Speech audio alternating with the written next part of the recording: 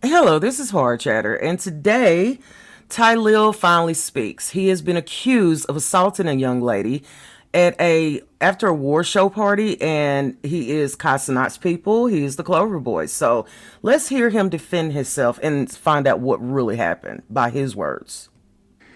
I'm gonna keep this short and simple. I'm not even coming to play around, neither am I coming to joke. For me, and I'm only gonna speak on this one time.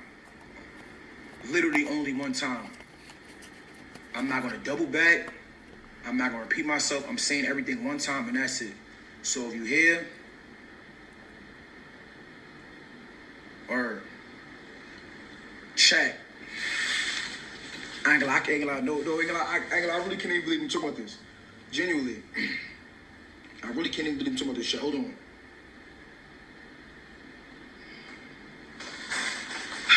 Man, yo.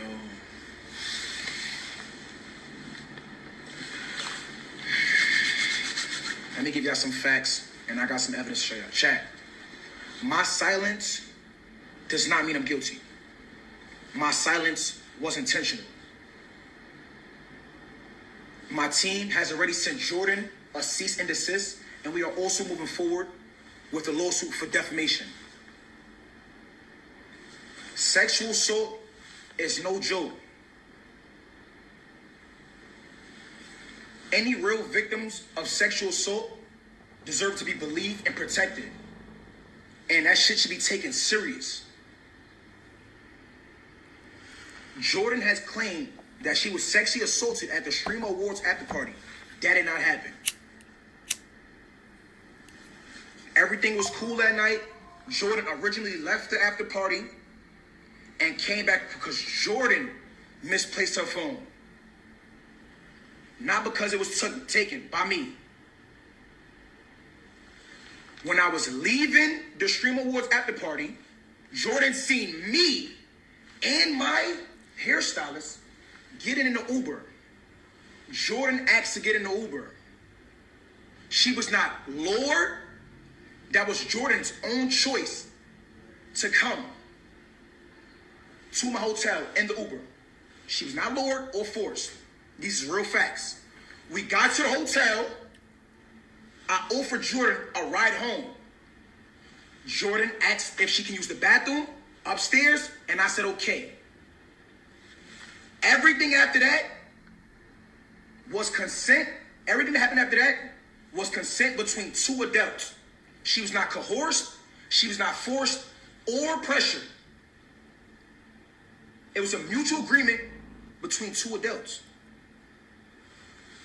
Jordan seen everything went left, chat. I hope y'all follow me. And I'm going to show you the timeline, and I got real evidence to prove everything I'm saying. So just please follow me. I know I'm speaking a little fast, but I'm going to slow down for y'all.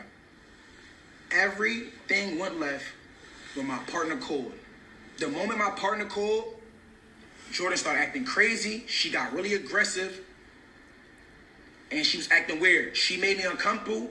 And that's what made me start recording to protect myself. Let me make it very clear right now. I have never recorded no sex tape of Jordan. That was also false. Now, that y'all following me. Jordan seen the call come in from my partner. She got upset. Started talking aggressively. And she made me uncomfortable, so I started recording to protect myself. Now let's play the first piece of evidence. And every piece of evidence I'm going to show y'all has got approved by my legal team. That's another reason why I didn't rush to come on live.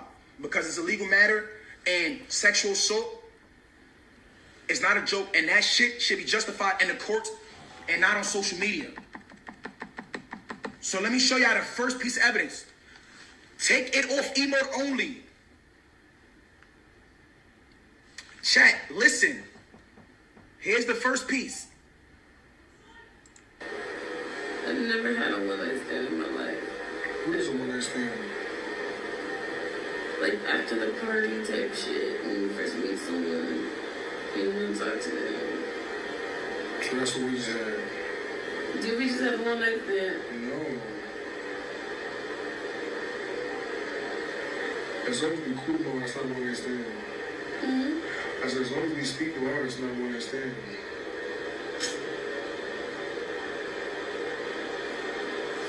It's so many days after tomorrow.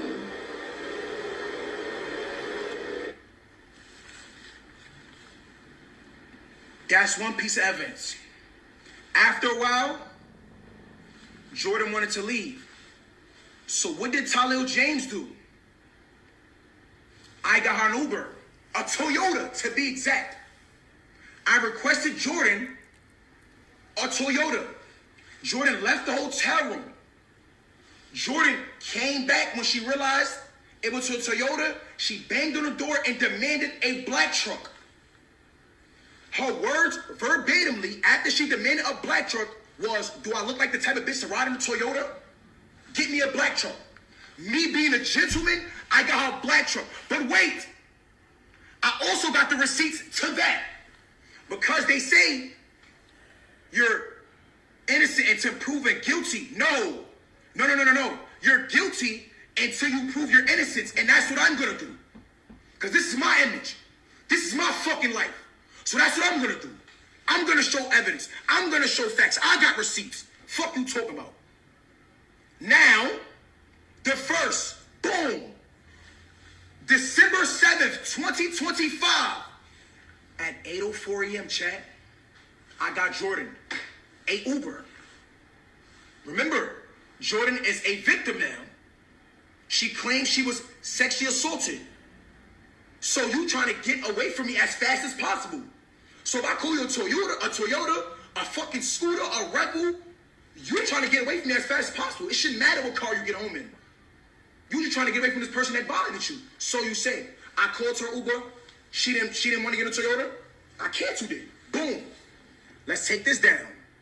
Look at the time too. At 8:07 a.m. At 8:07 a.m. Tylil James called Jordan a black truck. Look at the payment right there. Black SUV. Fare 16.7 miles. $132.89. Tylil James called her Uber. Let me just calm down because I'm not gonna lie, this shit is not no joke. I called to Uber. The Uber was $132. These are receipts. These are facts. This is gonna save your life in the court of law. The ride was 33 minutes. It picked her up at 8:07. So Jordan left from the hotel at 8:07. Jordan got to her destination at 8:40 a.m. Now, chat. This is where shit get really weird. Are y'all following me? Are you guys following me? This is where shit get really, really, really weird. And now, things is getting more suspicious. Jordan got home at 8:40 a.m. Oh my God, look who Jordan texted on my fucking face. She's playing with me. She's trying to fucking set me up. She's trying to set me up. Chat, Jordan got home at 8:40 a.m. Why did she text one of my friends this? Jordan got home at 8:40 a.m. Why did she text one of my friends this, chat? Why did she text one of my friends this? Can y'all read what she said? This girl is setting me up at 9:10 a.m. after Jordan arrived home out of her black truck at 8:40 a.m. Please follow me. She texts to one of my friends, hey, Tylil has my phone. I'm on the way to get it back. ... I was all the way home too. My friend said, LOL, okay. Somebody got to call me a car back home now. Okay, let me go back. Hold on. Look, 9:10 a.m. Sunday, to all the police officers and lawyers and DAs on TikTok and on Instagram, the one that got so much shit to say. Okay, that's enough. I've heard enough personally. And I'm going to tell you something. Tylil, you didn't think, okay, you go to an award show, right? And at the award show, it is a shit show. You know, there's humiliation, feelings are hurt, and everything. So Jordan approaches you. You didn't think, you could have said, you know what, Jordan, I'm not in the mood. This has not been a good night. You know, God bless you, but, you know, you could have said that. But no, somehow she ended up at your home, okay? And somehow y'all ended up having sexual intercourse, okay? Which is the evidence that you presented, right? But here's the problem. She is inebriated. She is seriously intoxicated. So, like, was her choices really good choices? Were they real choices? Could you have seen that she was intoxicated, and maybe that's someone you don't want to take advantage of and have sex with? You know what I'm saying? And there's a lot of brothers out here, and I'm gonna tell you, Tylil, there's a lot of brothers out here serving time wrongly accused of rape by women. It happens every single day, B. But at the end of the day, all you had to do pretty much was say no. Okay? I really feel sorry for Kai Cenat, because it's like he has gotten a bunch of people together to help them out, and all they have done in some way has shit on him. You've taken a gift that he's given you, a new life, a chance at becoming somebody, and you shit on him. This didn't have to happen. This was totally preventable by saying, you know what? No. Somebody has to say no. But the fact that she is inebriated might be helping her case out more than it will help your case out, Tylil. Okay? Just understand that. Okay? At the end of the day, really, at the end of the day, all this shit is your fault. Okay? And honestly, if I was Kai Cenat, I'd turn my phone off. I wouldn't answer the phone for nobody.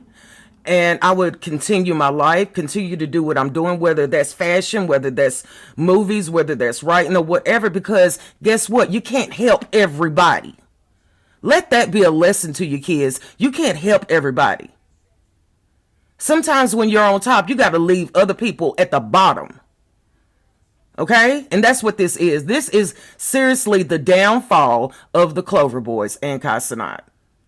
All because a man could not control his instincts and say no. Okay? The problem, once she was in your house, that was it. That's it. So do that what you will. Contact your lawyers. Give them all the evidence you want to. At the end of the day, just like you have your evidence, she has her evidence. And I'm going to be honest with you. Personally, I believe you, Tylil. I believe you. I believe you didn't do it. I believe it was consensual. But it doesn't look good with the situation and what led up to it. And the fact that this child was there anyway. This young lady was there anyways. Okay? It's your fault. Y'all get up there, you get these girls, you have these parties and stuff. And come on now. What are we doing? As a people, what are we doing? What's the point? What's the point? So, I say this is going to work out in court. I think that, here's the thing. I think she should have went to the law instead of going to the internet, because this is not the law. The internet is not the law. Okay? Now, I will say that. But when you play with fire, you're going to get burned. This is a lesson. And unfortunately, Tylil, it might be a lesson that will take you 5 to 10 years to learn. Okay? Simply because you couldn't control yourself. So until the next time, this is Hard Chat, and I thank you so much for listening.